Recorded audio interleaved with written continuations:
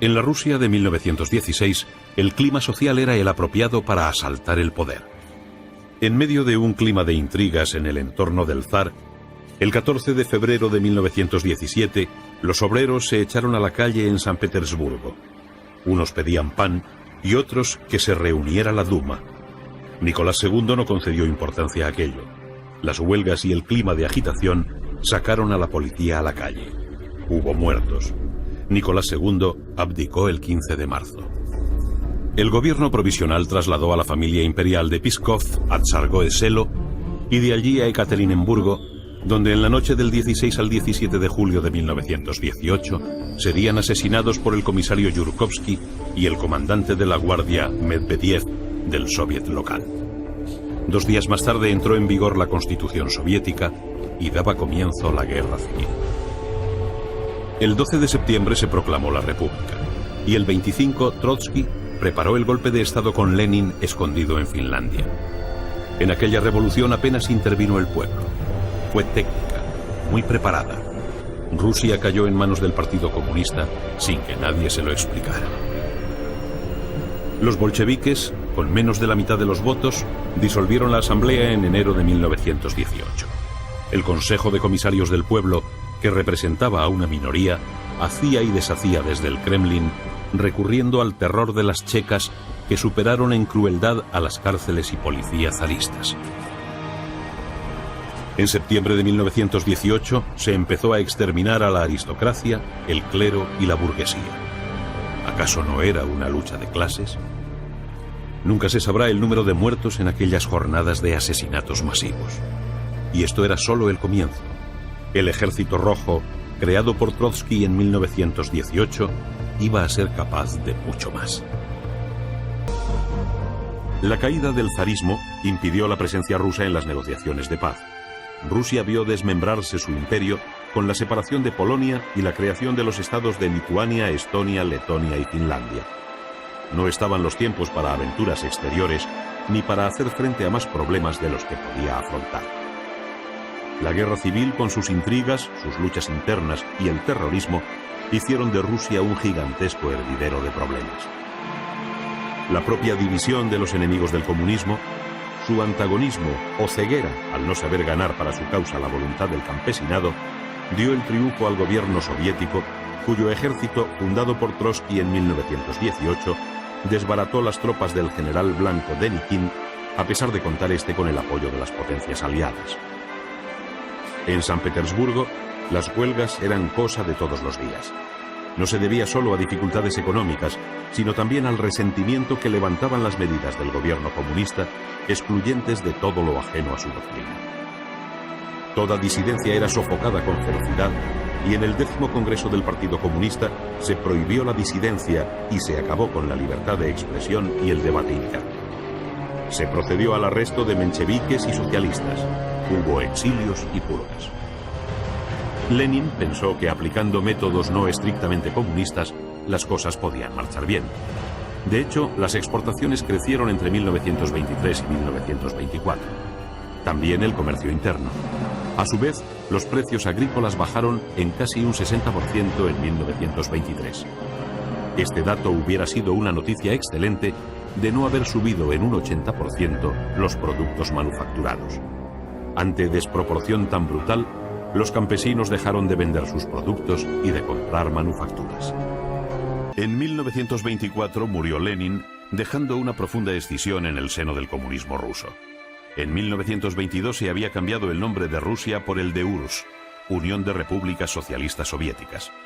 Una de las facciones, dominada por León Trotsky, era partidaria de exportar el comunismo a todo el mundo e instalar la revolución permanente para que no hubiera posibilidad de revisionismo o vuelta atrás. Eran los hombres de la vieja guardia. La lucha entre Stalin y Trotsky fue terrible y acabó con la expulsión de Trotsky en 1929. En 1930, el 16º Congreso del Partido Comunista reconocía a Stalin como líder indiscutible. Stalin tenía una obsesión: industrializar el país. Y lo consiguió. Para ello, procedió en 1928 a la desculaquización del campo, a terminar con los terratenientes, con los campesinos acomodados o kulaks. Esta política se llevó a cabo de manera brutal. La colectivización del campo, de la agricultura y la ganadería estaba en marcha. La megalomanía del dictador no tenía límites. Consiguió lo que se proponía con la persecución de todo asomo de disidencia, la creación de un aparato policial perfecto y la represión. No obstante la violencia de los métodos, Stalin dio a Rusia una finalidad colectiva, una meta moral constructiva, una unidad de destino. Todos parecían querer lo mismo, convertir a la URSS en la primera potencia del mundo. Casi se consiguió, aunque fuera a costa de la sangre, del sudor y de las lágrimas de millones de rusos perdidos en los innumerables archipiélagos de deportación y miseria. La paz firmada en Versalles supuso el fin de la guerra, pero nada más. La situación social seguía siendo la misma con una agravante: los muertos y los mutilados, las fábricas destruidas y las ciudades asoladas. Allí estaban además borrados, casi desaparecidos, los puertos, los caminos, las vías férreas y el campo. El olor acre a pólvora seguía en el aire y las mascarillas de algodón contra el gas venenoso permanecían en la retina de quienes habitaron las trincheras del Marne y de Verdún.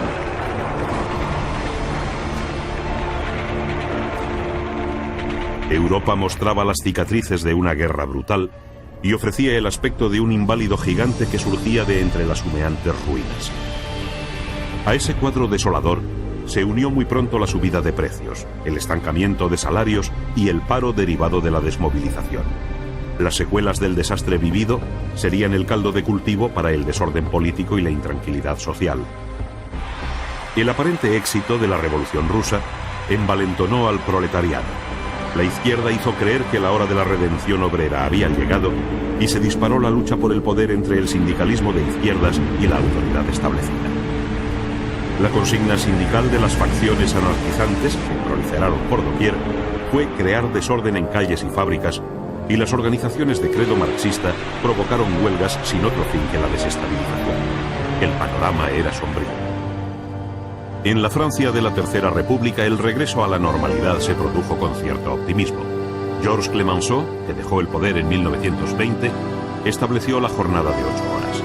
Sin embargo, la Confederación General de Trabajadores soliviantó los ánimos de los ferroviarios y fomentó actitudes de rebeldía que, de no haber sido por la habilidad de Alexandre Millerand, jefe del gobierno y presidente de la República entre 1920 y 1924, hubieran deparado un final desastroso tras la infiltración del marxismo en áreas estratégicas de la nación. La firmeza ante la minoría sindical era lo único que podía evitar el caos también en Inglaterra, donde las trade unions iniciaron en 1919 una huelga salvaje en los ferrocarriles, seguida por los mineros y después por todos los demás. Era natural que el clima de inestabilidad que afligía al mundo provocara cansancio y condujera a la implantación de regímenes dictatoriales. En el ánimo de muchos, todo parecía mejor que la llegada de totalitarismos como el implantado en la Unión Soviética. Incluso la dictadura fascista parecía un mal menor.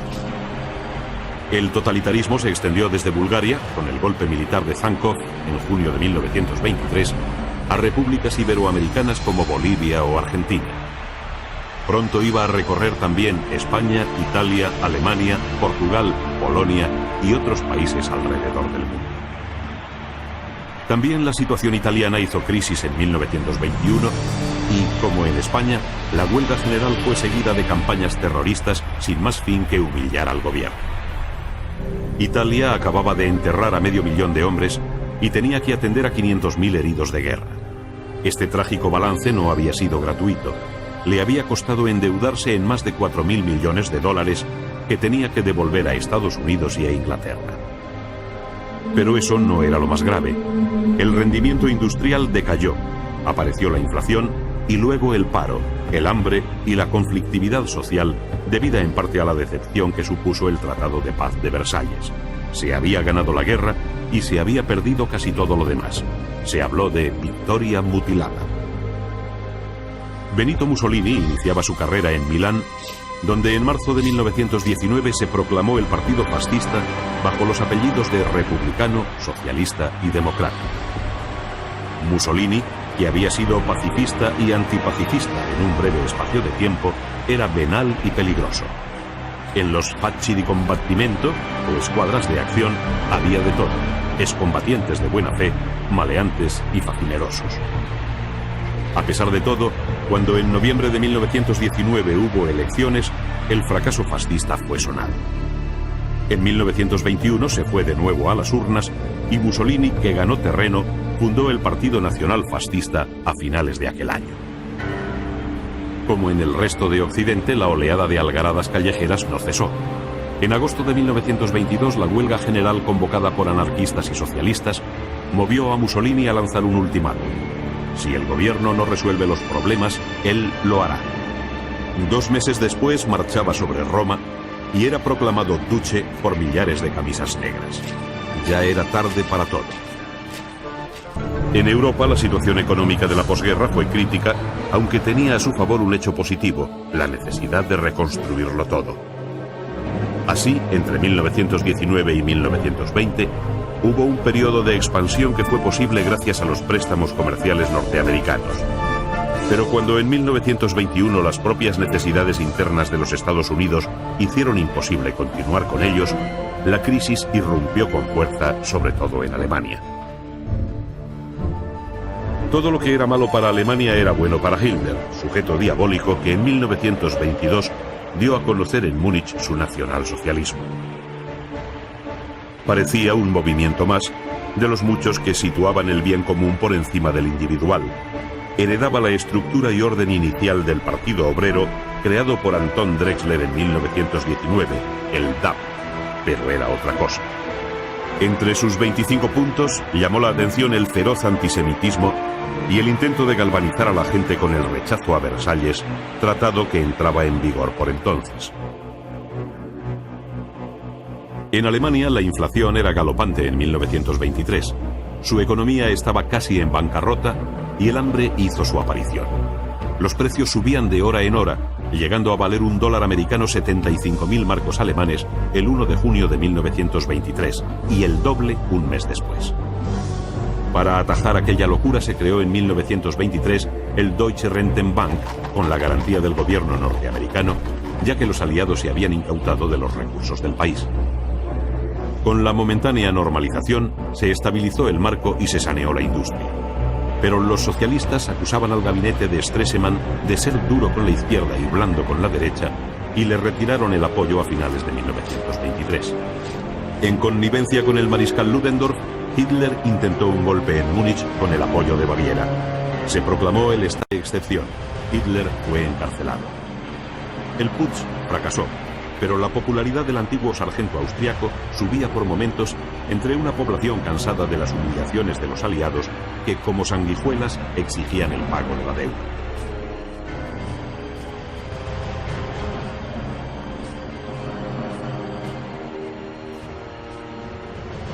Hitler, que lo había aprendido todo del modus operandi de Mussolini, desde la camisa parda al saludo romano o el uso de la cruz gamada como distintivo, no tardaría en hacerse con los hilos del destino del mundo.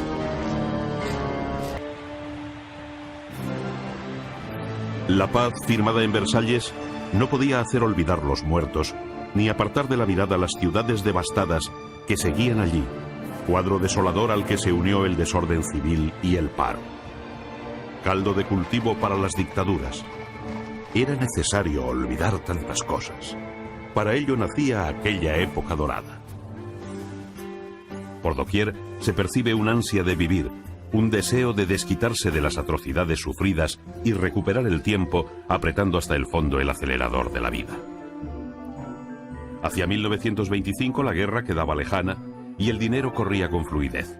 La gente gastaba y solo existía una justificación: vivir mejor. A pesar de los nubarrones que amenazan el futuro, había una relativa calma social. Incluso los intelectuales veían las cosas desde ángulos menos negativos, como si la Primera Guerra Mundial hubiera enterrado viejos estilos de vida. Los movimientos obreros entraron en un periodo de descanso porque, a pesar de las grandes diferencias entre las clases sociales, había pan y trabajo. El desarrollo económico, la incorporación de grandes masas de campesinos a la vida urbana, el descenso del analfabetismo, el acceso de la mujer a la vida social y la nueva legislación laboral rigen las relaciones entre obreros y patronos. La guerra había arruinado a unos y enriquecido a otros. Europa salía de la contienda con los recursos agotados, la infraestructura del transporte y la comunicación destruida y los medios de producción devastados. Por su parte, Norteamérica, que emergía como gran potencia, había resultado indemne debido a la lejanía del teatro bélico y el ritmo de producción impuesto por la guerra desarrolló su industria haciendo que se alzara con la hegemonía. Con la muerte del presidente Harding en agosto de 1923, su sucesor, el hasta entonces vicepresidente Calvin Coolidge, hizo pocos cambios. Era más conservador que Harding, más sensible a los intereses de los grandes hombres de negocios y combatió todo tipo de radicalismo y de cambio. Asumió una presidencia desacreditada por los escándalos y presionada por todo tipo de problemas urgentes tanto en casa como en el extranjero. América fue ajena a todo tipo de crisis a lo largo de estos años de expansión económica. Bajaron los impuestos, se favoreció al capital y se mantuvieron altos aranceles proteccionistas. La economía por encima de todo. De 1924 a 1929 se produjo un aumento de trabajadores de cuello blanco cuyos salarios doblaban el de los obreros y campesinos. La población urbana aumentó. Asimismo, los ingresos de las clases altas se dispararon y en 1929 la renta per cápita del americano medio estaba por encima de los $680 anuales. Herbert Hoover sucedió a Coolidge en la presidencia de la nación. El presidente Coolidge y su ministro de Economía, Malone, predicaban y fomentaban el enriquecimiento fácil y rápido. El 24 de octubre de 1929 pasó a la historia como el Jueves Negro. Aquel día, 13.000 paquetes de acciones cambiaron de manos y el precio bajó como nunca en la historia de la Bolsa de Nueva York. Tardó un par de años en tocar fondo, pero para entonces la caída se había llevado por delante 2/3 de los valores bursátiles allí representados. Cerraron muchas fábricas. Las hipotecas no pudieron ser pagadas y se perdieron casas y negocios.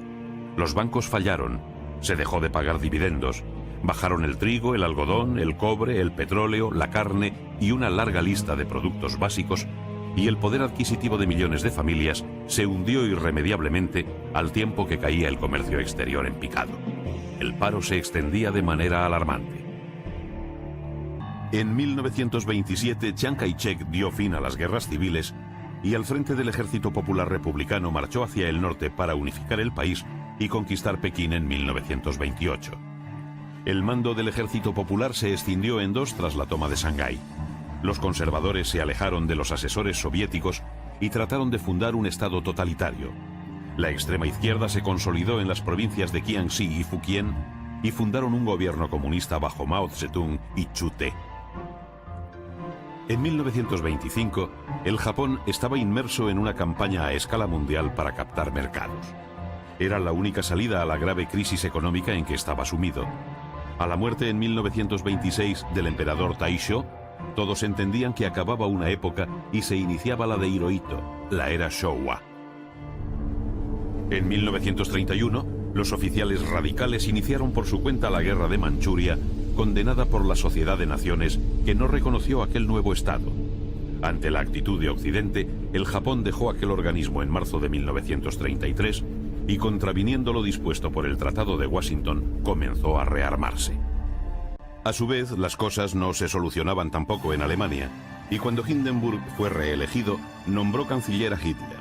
Era el 30 de enero de 1933. Hitler disolvió el Parlamento y convocó elecciones. El incendio del Reichstag una semana antes le sirvió para implicar a los socialdemócratas y comunistas en el hecho. Consiguió una mayoría suficiente para afianzarse en el poder. Antes, en 1929, el primer ministro inglés, el laborista MacDonald, formó un gobierno de coalición. Para hacer frente a los problemas derivados de la crisis, bajó los salarios, limitó el subsidio de paro y tomó una serie de medidas que dieron lugar a una oleada de huelgas. El déficit presupuestario de 1931-32 ascendió por encima de los 800 millones de libras. Se devaluó la moneda, se abandonó el patrón oro y se terminó renunciando al librecambismo. En Francia la crisis se retardó 1 o 2 años, pero la tirantez entre el bloque nacional y la coalición de izquierdas dificultó la evolución política sosegada que hubiera podido afrontar mejor la crisis. Poincaré, presidente desde 1926 al 29, había devaluado el franco y había orientado la economía hacia el proteccionismo de la industria y del campo mediante fuertes aranceles, pero nada pudo evitar que en 1931 la crisis fuera ya enorme. Así, la terrible herencia de Wall Street fueron Hitler y el sistema soviético, que salieron reforzados y ganaron posiciones. El espectro de la revolución estaba en el ánimo de todos. El malestar sirvió de caldo de cultivo para el encumbramiento de totalitarismos furibundos. Alemania, fanatizada, se dividió en izquierda roja y derecha ciega casi mitad a mitad. 6 millones en cada bando. En 1931, los conservadores subvencionaron al partido de Hitler ante el pánico burgués por el avance de la izquierda, las algaradas callejeras, el desorden, la inflación, las dificultades económicas. Hindenburg, reelegido en 1932, llamó a la Cancillería a Franz von Papen. Era mayo de 1932. Se legalizó a los nazis de nuevo en la ingenua esperanza de integrar a sus votantes.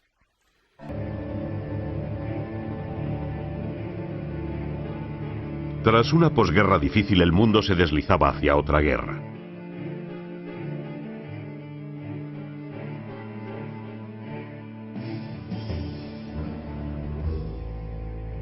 El asesinato de Alejandro I de Yugoslavia en Francia en 1934 dibujó en el horizonte funestos presagios.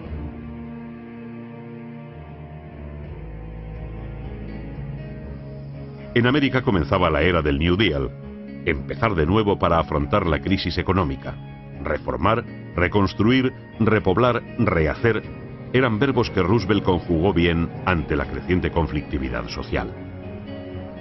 En su discurso de aceptación del cargo de presidente de Estados Unidos en marzo de 1933, no sorprendió que Roosevelt repitiera: "Solo hay que tener miedo al miedo mismo". Había motivos. Negros nubarrones se cernían sobre el mundo. La Alemania nazi, la Italia fascista, la Rusia de Stalin, mientras Europa se llenaba de regímenes totalitarios. Roosevelt sabía que la democracia no era compatible con el desempleo.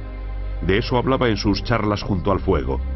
Por eso ignoró la política republicana del laissez-faire, no intervenir, y se puso a hacer cosas. Se rodeó de líderes como Harry Hopkins, a quien encargó la lucha contra el paro. Se enfrentó a economistas como John Maynard Keynes y su teoría general del trabajo.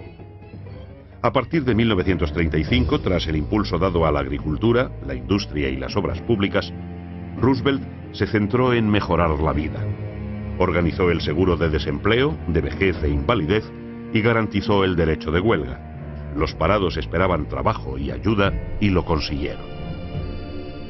En política exterior, Estados Unidos se acercó a la URSS en noviembre de 1933, acercamiento deseable tras el estallido de la guerra chino-japonesa y la expansión nipona en Manchuria. Resultó difícil ir contra la inercia aislacionista del país. Roosevelt sabía que la neutralidad era difícil. Lo dijo en Chicago en octubre de 1937. La epidemia de violencia hace imposible permanecer cruzado de brazos. Un año después, dio comienzo el rearme. En Europa el rearme era un condicionante político. El primer ministro inglés Baldwin no escuchó a Winston Churchill, que le instaba a ello, hasta 1934, cuando todos habían tomado ya posiciones.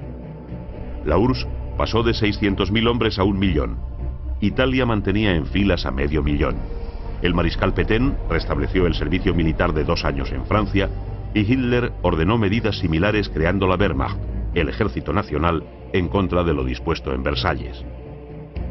Francia protestó ante la Sociedad de Naciones aquel ataque al Tratado de Paz, mientras Inglaterra negociaba en Berlín extraños acuerdos. Se rumoreaba que los conservadores no veían mal a los nazis y alguien relacionó aquellas conversaciones secretas con la abdicación de Eduardo VIII, oficialmente por amor. Un nuevo monarca sería coronado, Jorge VI, cuya hija Isabel se convertía en princesa heredera. De aquel ajetreo diplomático salió un tratado entre Francia, Inglaterra e Italia, comprometiéndose todos a garantizar la independencia de Austria. Hitler se reía e Italia pensaba en Abisinia, que invadió en octubre de 1935 sin que Haile Selassie pudiera evitarlo. La Sociedad de Naciones impuso sanciones, pero Mussolini, como había hecho Japón tras el informe Lytton, que denunciaba su acción ilegal en China en 1933, respondió retirando su delegación de Ginebra. Alemania había hecho lo mismo muchas veces y no le había pasado nada. Era natural que nazis y fascistas anduvieran envalentonados. Nadie estorbaba sus planes. En enero de 1935 se celebró el plebiscito del Sarre y su población votó por reintegrarse en Alemania. Y en marzo de 1936 Hitler dispuso la remilitarización de Renania en contra de lo acordado en Versalles y lo decidido en Locarno. Francia pudo haber resuelto entonces el desmán, pero Chamberlain, garante del pacto de Locarno, se conformó con elevar una protesta. Hitler era imparable. Su prestigio entre la población alemana subía como la espuma. La debilidad de los demócratas trastocó el sistema diplomático. Ningún pacto servía. En 1935 el de asistencia franco-soviético o el de la URSS con Checoslovaquia para frenar el expansionismo alemán habían quedado en agua de borrajas. Víctor Manuel III estaba encantado. En un par de años, el duce le había hecho rey de Albania y emperador de Abisinia. El panorama alemán en vísperas de la Segunda Guerra Mundial era preocupante, sobre todo tras la crisis de los Sudetes. En 1934 murió Hindenburg. Hitler asumió también la presidencia e instauró el Tercer Reich. El terror se extendió. La fuga de intelectuales y artistas se aceleró. Freud, Einstein, Adorno, Thomas Mann, Arnold Schoenberg. Desde 1934 la Gestapo estaba controlada por el jefe de las SS, Heinrich Himmler. En 1935, con las leyes de Nuremberg, comenzó la persecución judía. Las deportaciones y los campos de concentración no eran un secreto, pero el mundo prefirió cerrar los ojos. La construcción de infraestructura se hizo gracias a las letras MEFO. El Tercer Reich debía en 1938 42.000 millones de marcos. No importaba. A la postre, se utilizaría el dinero, las propiedades, las obras de arte, incluso los anillos de boda y los dientes de oro de los millones de judíos que iban a ser inmolados. Incluso sus ahorros fueron requisados, juego sórdido al que se prestaron naciones como Suiza, cómplice ayer y hoy en tanta miseria. El potencial militar alemán fue en ascenso. En 1934 Alemania contaba con 13 millones de hombres en filas, y Göring inició su plan cuatrienal con una frase: más cañones y menos mantequilla. La capacidad militar envalentonó a Hitler y sus exigencias fueron en aumento. Quería las regiones germanoparlantes checas, 3 millones de sudetes o ciudadanos de cultura germana. El gobierno de Masaryk se negó. Hitler concentró fuerzas en la frontera. Checoslovaquia, que formaba parte de la Triple Entente, estaba protegida por el Tratado de Locarno. Francia apoyó a su aliado, pero era imposible ayudar a Checoslovaquia sin Polonia e Inglaterra. Hitler comunicó a Chamberlain en septiembre de 1938 que apoyaría a los Sudetas. Mussolini convocó una reunión en Múnich. Asistieron Hitler, él mismo, Chamberlain y Daladier. Allí se traicionó a Checoslovaquia. Fue una vergüenza. La guerra era inevitable. Tras ocupar los territorios sudetas, Hitler fomentó el separatismo de Eslovaquia, que proclamó su independencia en marzo de 1939. El presidente checo, Hácha, fue obligado a firmar un documento humillante y las tropas del Tercer Reich ocuparon Praga.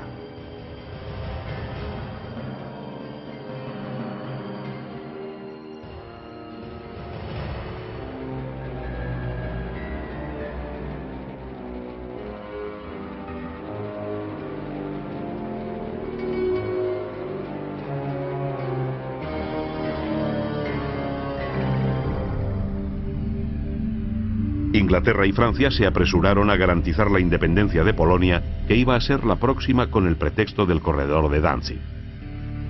Todos miraron hacia la URSS, pero Stalin miraba hacia otra parte. Su ministro de Exteriores, Molotov, admiraba a Hitler. Era natural, ambos coincidían en el desprecio a la justicia e incluso a la vida. Además, entenderse con Hitler era acariciar la posibilidad de repartirse Polonia. Otro hecho que se veía venir era la agonía de Austria. En julio de 1934 se produjo en Viena un fallido golpe de Estado nazi, pero el duce, amparado en lo previsto por los protocolos de Roma de aquel mismo año, envió 2 divisiones y los alemanes desistieron. El fascismo italiano daba la cara por el fascismo austriaco de Dollfuss, que aquel mismo año sería asesinado por agentes nazis, ya que era un problema para la Anschluss o anexión que se produciría el 13 de marzo de 1938, en que Austria se convertía en la marca oriental del Tercer Reich.